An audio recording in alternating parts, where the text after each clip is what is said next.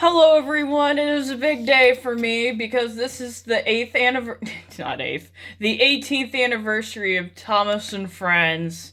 So I'm very excited about that. I'm going to tell you in this unscripted video, how Thomas the Tank Engine means to me. So essentially, it is a very important um, childhood, um, special interest, I guess. It is very important to me, and I love like the classic era. I guess I'm kind of neutral with the hit era, before the Sharon Miller era, and I don't particularly like most of the episodes in the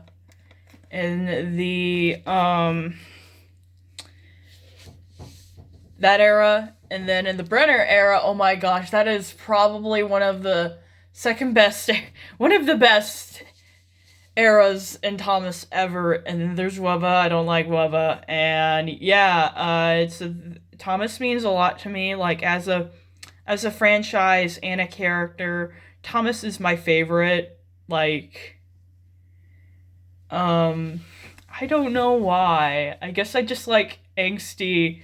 I guess I just like angsty characters because sometimes Thomas can be pretty angsty. I guess a better word would be cheeky. Like they like call him cheeky. So I guess Thomas is my favorite. I don't know who my favorite was before that.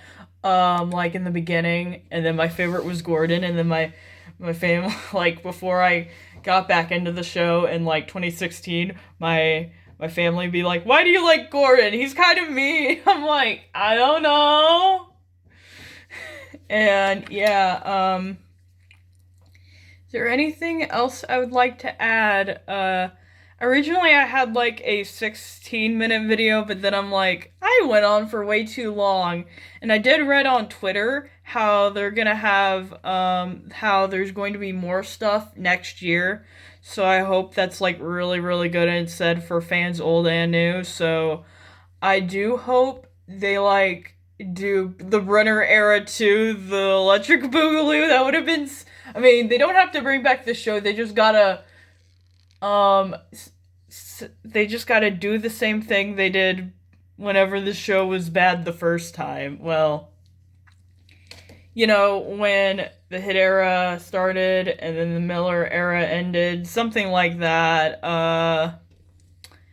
But yeah, here's some Thomas stuff. Well, Thomas media that means a lot to me. I do have like the first few Railway series books in like a compilation.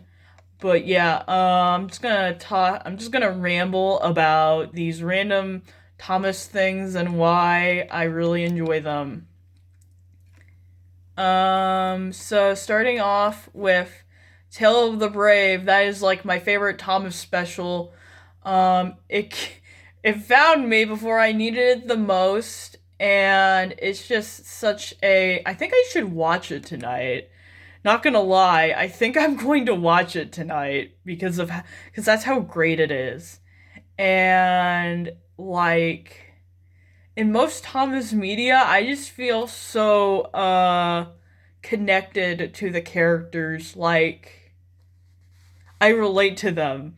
And you're probably like, Verendus, you're an adult human. Why are you relating to these trains? Well, engines. And I don't know. I guess the Reverend, I trying to pronounce his last name, but I can't. I mean, I could try right now, but may as well go forward. But the Reverend really tried to hammer in like the human characteristics of these engines. He didn't want them to be just one note. He really wanted to amplify them in a world where children's characters are like, do good thing, yay! But instead, they had flaws and characteristics, like how James is vain and how Gordon wants to pull the express and he wants to do it every day or something like that.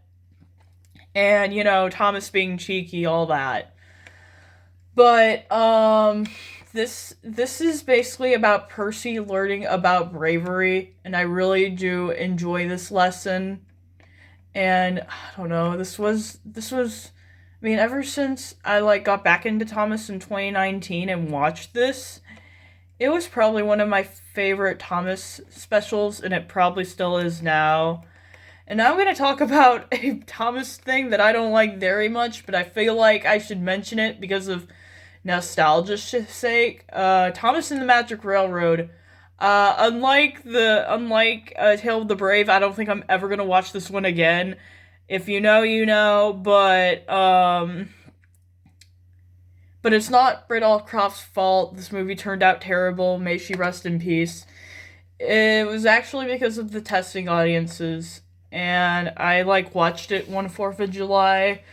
I don't know. I could have been with family, but I already had it set in my mind. Okay, I'm gonna watch this movie today, and then I did, and then it turned out to not be so great. I'm like, I could have hanged out with my family. What do you mean? There's not enough Thomas content in this. Um, but yeah. I do really love season 4 and 3. I don't know which one I like more. Oh, and I also enjoy the songs, especially in the classic era, but I think I like season 3 more because there's less narrow gauge engine stuff. I was never a big fan of the narrow gauge engines. Yeah, season 3 is definitely my favorite, I believe. Season 5's good too. Don't I used to rank all the episodes and like review them.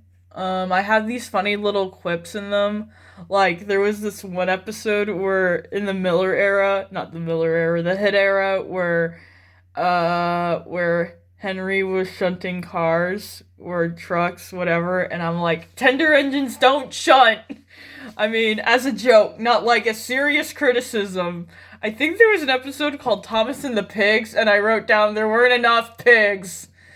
I think that was in like season 13. But yeah, I like pigs. There weren't enough pigs. I mean, yeah, I think I had them all in a binder and I don't know where they all went, but I think I was like, well, I haven't reviewed the 14th season, and I don't think I ever will because they took it off Netflix. Can I still watch it on Netflix, or is it like gone now? Like, I heard it was like gone, so now, I mean, I saw the important one, what was it called? Not the Animal Friends one.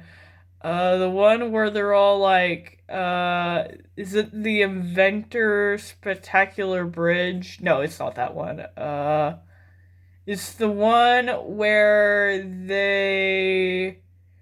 oh, the Great Little Railway Show. Yeah, I saw that one. That was probably the only one I saw, probably for the best.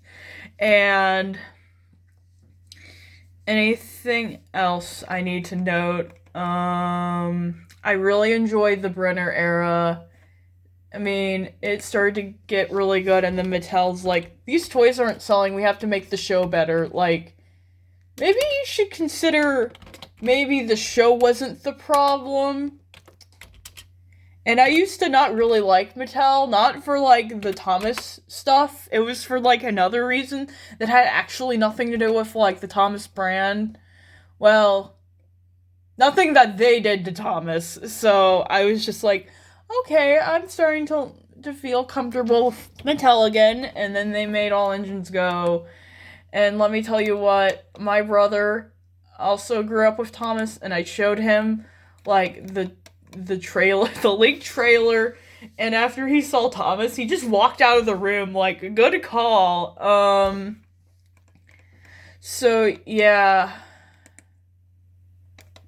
I think that's it. But yeah, I hope all the Thomas fans out there do some little Thomas stuff today to celebrate the anniversary of Thomas. Oh my gosh, this is so incredible. I can't believe it's been 80 years. And if you're watching this and you worked on the show, even if you're Sharon Miller, thank you. And I really enjoy what you have done for the show, even if it's just like writing a crappy episode. It's okay if you wrote a crappy episode. I don't I don't hold it against you. Um I never posted my reviews online. They were just in a notebook. No, they were in a binder with like notebook paper. So, and this show just this franchise means a lot to me. I know I keep saying that it does, and I just oh yeah, All Engines Go is canceled now. Yay, but not for a good reason. It's because Novada went out of business, I think. Or Nibbana filed for bankruptcy, so yeah, hopefully that doesn't ruin Barney's world. But yeah, I hope you all have a wonderful day, especially if you're a Thomas fan. And if you're not a Thomas fan, I recommend you watch some Thomas, particularly not the Hit era or the Miller era. You should like do you should like watch the first episode of the first season, and maybe you'll find the spark that I did whenever I was like whenever after my freshman year of high school when I discovered Thomas again. Um have a great day. Goodbye.